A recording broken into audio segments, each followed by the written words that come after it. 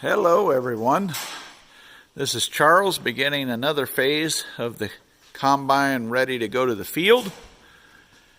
Everything is coming along. You've seen us go through the grain handling systems and return. We got to change that belt back there, and we might as well do it right because we got to go in here. Traction drive belts are pretty thin. We got to go in there and we have to get the tire off. I talked about these in a previous thing. That's how they transported them. They had heavy wire or cables wrapped around those on the rail cars, or that's the pictures I've seen anyway. I don't know if we can find a picture online to show you, but that's what we're going to remove that metal because we got the combine up and we are enjoying the weather. It's like maybe 80, if that, and a nice breeze. We just opened the back door. We got a nice wind tunnel now through here. So we're going to get this tire off, and I might even take these steps off. That's not too hard.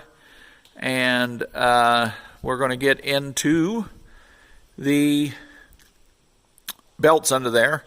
I'm not going to do a lot of filming of the step-by-step. If you want to see that, go back in the playlist on the 300. I'm in that area working and have been for quite some time. We're going to keep moving along and just kind of giving you updates as to the progress. We're going to be back on the power shaft, the variator, the clutch, all of those things we're going to be working through, and there's no need of duplicating the videos. If you want to see a clutch, look at the 300 playlist. Same clutch. We're not going to tear the clutch apart, I don't think. We're not going to rebuild all the bearings in the variator. We're just changing belts and getting ready for the field. So away we go. Thank you guys for watching, and I'll catch up when I have some stuff off of here. We've got her tore down. Almost got those belts ready to pop off and change right there. And we're moving right along. Well, this concludes the tear down. Now it's to clean up and put back. Good thing we're doing some things like this because that's about chattered through. Pretty common problem here, but that's about chattered through that hole right there. You see how elongated that is?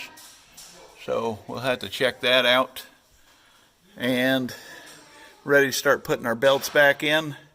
We washed the motor compartment, which was good. We found the radiator completely plugged up with bean pummy.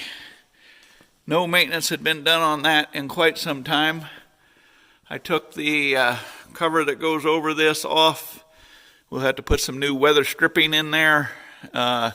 We didn't blow through the radiator. I had done that in the past. Had a weak radiator. We have no antifreeze leaking out.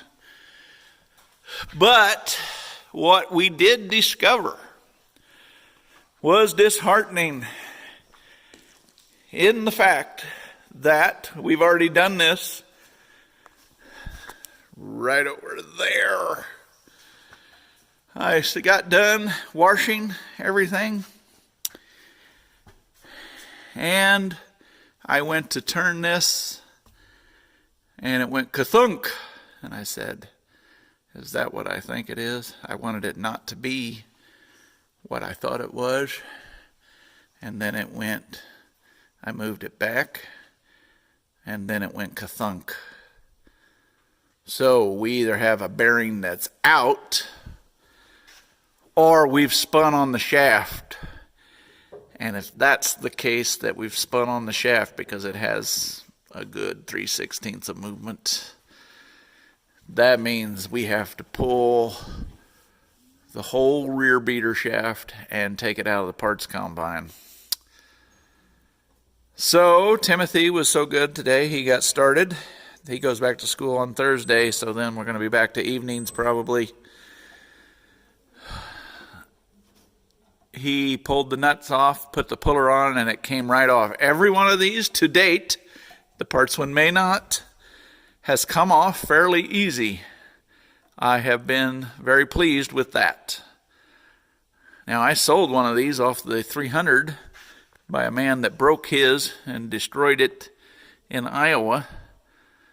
I had one that pulled off easy. Way back in the playlists, you will find where I dismantled it bolt by bolt. I dismantled the whole 300 bolt by bolt and put the parts that I thought I would need in boxes.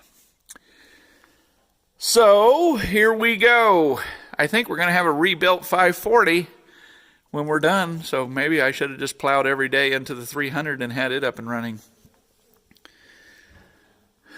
I do believe it's a low-hourred machine, but this is disheartening.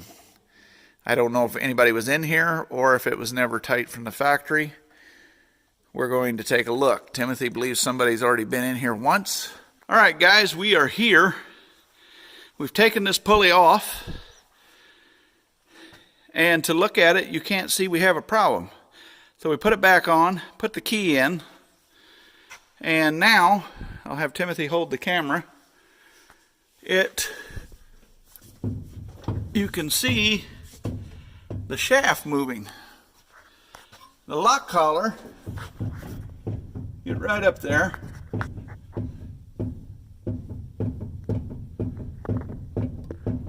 The lock collar appears to be tight, but that whole shaft is moving. I thought maybe the pulley had been come loose and wallowed out. But that whole shaft is moving, but to look at it, you can't see anything wrong. So now you move it over here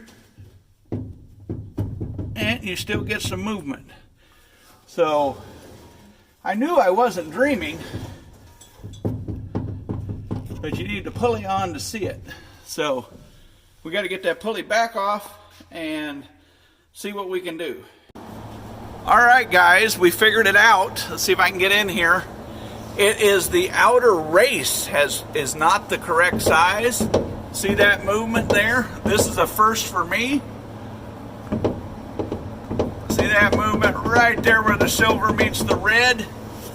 So, I don't know if that was from the factory or it spun in there, because just turning it by hand doesn't make it spin in the race. So luckily we have our parts machines and we already have this part off from the 300. It should be the same. So we got to get that all off. You know the procedure. Torching, here we come. And we've got to change that out. So that's a blessing. It is not spun on the shaft. I'm pretty confident of that. But we still have to get her off. So we'll let you know when we're back at it. All right, to give you an update, we are down to the race. I don't know if you can see it. We were very gentle, torch on low, very low and gently.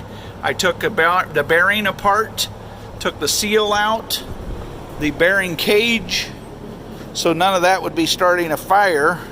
Then there was a seal on the back side, which is now down there, right over there.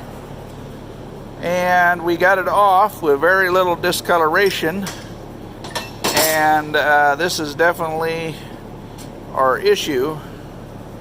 So we got the housings out of the parts combine. That the 300 is the same. We had two of these housings. Timothy went to sandblast them right now and get them in order. And I'm going to work on, got water here. I do a little bit of cutting and a little bit of water, cause we don't know what crop residue's down inside. It's not like the 300 when we did it. The pan is out. We don't want a fire internally. We go home and then all of this is lost and we're with nothing. So very gentle and very slow we've been working at this. So I'm going to now go after the race. All right, guys, we have everything cleaned up. We had to rob our bearing from the 300 rebuild. This was for the other side, so we'll have to order a replacement. So we took this collar off, and I'm going to put it on in order of sequence. And always remember the bearing slots. Just checked our manual. We're going back on this way. These slots, this is in the upper right position, right here. And that is in our book. On left side, bearing housing is positioned with slot 5 as shown, top slot to the rear of the combine. This here has a chamfered or beveled edge, and this one has a beveled edge but flat, so you want it to the outside so that your 3 shims, this one had 3 shims, can ride there, and that keeps the rear beater in the center. So we're going to put our collar on, which we cleaned up, our 3 shims. We're going to put our spacer on, the outside spacer, so we don't forget. And Timothy has this all shined up. We're going to coat this with Never Seas, and we're going to put our bearing on. I didn't even try to pull these. I surgically cut them with a very low heat torch setting, and then as I didn't cut them all the way through, and then I hit them with a chisel and they broke in half. But this fine dust kept coming out as I would hit it, this fine rusty dust. So you're never probably going to be able to pull those. So keep water handy, torch on low, be very careful. I did not get into my little shims in the back. They're like 10,000ths thin. So just a reminder, it's all in the other video. But those are cut off, and I didn't get into the shaft either. If you take your time, be very precise, you can do it. All right, it's the next day, and we are back out here. We worked till 6:30 last night. We have all this reinstalled, everything tightened. This is a part from a 300 parts combine, fits on here nicely. That bearing was super tight in there. We got our spring. This thing is a battle. We did learn something. This is a little looser than I like, but I think I'm going to run it. I'm going to see if it pushes off. I don't think it will. But we learned something. To get that heavy-duty spring on there, take the big washer and a nut and force it back, and it will, and then tap on this as you go, and it will expand it and pop it over the edge. So on the 300, I battled that probably for an hour just trying to get it onto the shaft, let alone scoot it back on here to pop into the thing. And usually it is tighter than this. This got bent taking it off. Them things are a challenge getting off. Look at the 300 video. But learned to put this on, keep it centered, and then the nut will force it on and open for you and at least get it back on. It doesn't help you in getting it off. But we did that. So we're ready to mount the big pulley back on, and we'll go from there. Now, since we have the big pulley off, that's going to make it easier so we don't have to cram it between the wall right there and the big pulley. We're going to put our new Agco belt on, 843747M1. That goes behind the saddle tank, comes out here, goes around an idler right there, down around those, and back up behind the big pulley. That's what drives everything on the back end, the straw walkers, the rethrash, and the clean grain auger and elevator. In previous videos where we went through that, so this is the next step. Then we can reattach our arm. We should be done in this quadrant here shortly. Before, then all we have left is the fuel tank. So this whole quadrant should be finished today. All right, guys, we have the belts all on in the corner. So we should be good to go if everything is right, which I think it is. Fuel tank and fuel lines will be an episode in itself. Getting the engine back running and bled. We're back up here. It's time to start working in here. I think it's getting long enough. We got our bearing problem resolved that we found. Luckily, we didn't have to pull the whole shaft. It wasn't spun on the bearing, on the shaft. And like, share, and subscribe. We're moving right along. And we're going to keep moving right along. I'm this far. I'm at least going to pull the clutch apart and inspect it. And make sure everything's good there. And like, share, and subscribe. We really thank you for watching. We are going to be picking some corn. By plant date, should be September 16th. Will be exactly 110 days from planting. But being that's September, we can maybe even go into October if the weather's with us. Let it out there and dry down. We don't want to pay the elevator to dry it at these cheap prices. So we're having fun, and we're going to have a pretty good combine when we're done.